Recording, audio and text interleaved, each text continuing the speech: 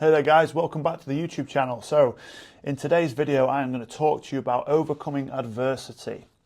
This is something that we all go through in varying degrees throughout the course of our daily lives, and yeah, I think that had I learned some of this information earlier on in my life, I could have avoided a lot of frustrations and beating myself up over situations and what have you. It doesn't mean that you can control the adversity, of course not, but you can control how you respond to it. Pain in life is inevitable, but suffering is a choice. So, before we dive in today, if you could like, follow and subscribe below, that would give us a massive help, and also leave any comments after the video and let me know your feedback on what you think of it. So, there's quite a few different versions of adversity, but some of the common ones: self-doubt, doubting oneself. You know, you get that new job offer, or you might become newly single and you think that this is it for me now. I can't possibly find another partner. I'm going to be miserable forever. All men are bastards. There's no good women out there. Vernacular like that can tend to creep in day to day.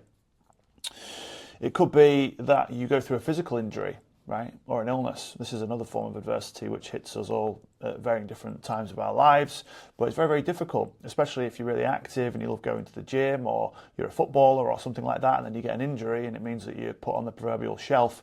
What do I do now? I get a lot of my endorphins from movement. I can't move as much anymore. This is really fucking frustrating.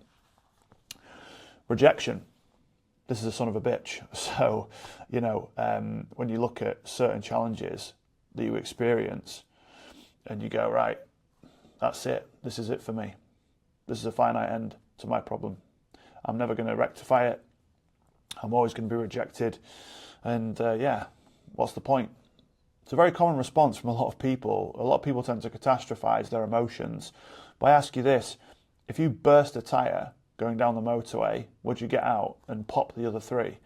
Probably not, because that's ridiculous. But we do it with our emotions and our thoughts and our feelings. It could be that you lose a job. Some people, it's poverty. They've lost a job, partner might have left them. Fuck, how do I even feed myself now? That's how it can escalate for certain people. You see a lot of people that are homeless, for example, they've gone through these challenges, and they're just normal people. They've got fallen on some hard times. So yeah, that's a huge part of adversity which could come around. Losing a loved one, of course. You know, as we get older, we lose more people around us. It's a circle of life, etc., etc. It doesn't make it any easier, but that's another form of adversity right there. It could be that you're just simply struggling in your career to get by or to progress, and you don't feel like you're aligned with your purpose or your values anymore, etc.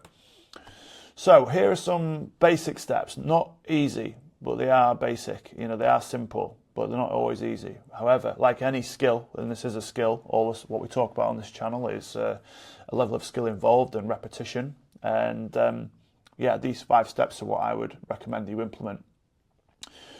No matter what you're going through, you have to deal with the reality of the situation. But then you need to look at it for what it is, not for worse than it is. Big, big difference.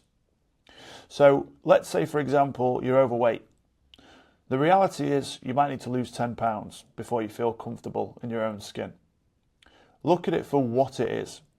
What this is not ideal. I do not want to be 10 pounds overweight.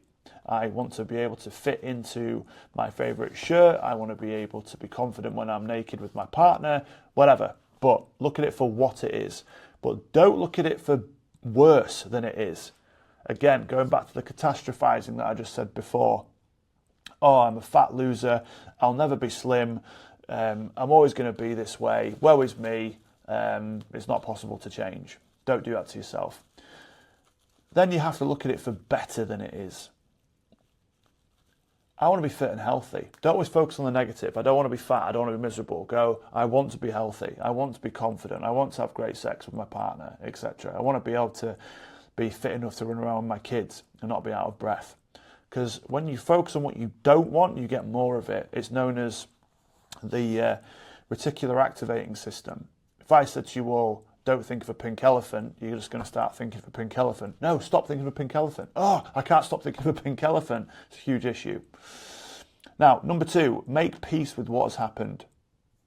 There must be a level of acceptance around this, because otherwise you're going to be bitter and angry and confused for the rest of your life. We don't want to do that.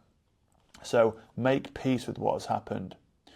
it might take you 6 hours, it might take someone else 6 weeks, but you have to keep implementing this strategy. Otherwise, nothing's going to change for you.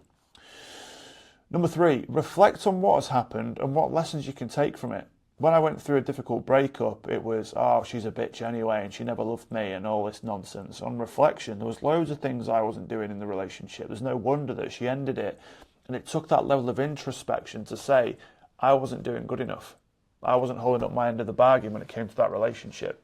So, going forward, here's how I'm going to implement a different strategy to get me a different outcome, right? So, there's some really simple tools for reflection. You can meditate on it. Sit in silence or sit with quiet music playing. Just sit with your thoughts. We're so distracted all the time by technology and by noise and by social media. So instead, just sit with your thoughts and have some solitude. Then you can do it through journaling. So you can write down how you feel. This isn't a case of dear diary, right? It's just journaling how you feel. You're getting out of your head. Once you're in your head, you're dead.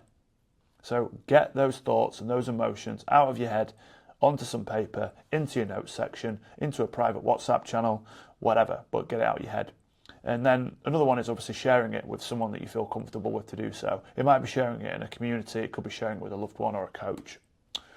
Number 4, focus your energy on the future. So once you've done the necessary work to understand what's happened in the past, now I have to create a compelling future for myself. How can I be 1% better than I was yesterday? That's all we need to focus on. You don't need to overcomplicate this or recreate the wheel. Can I get outside for 5 minutes longer today? Can I drink a little bit more water today? Can I eat a little bit healthier today? Can I listen to another podcast today?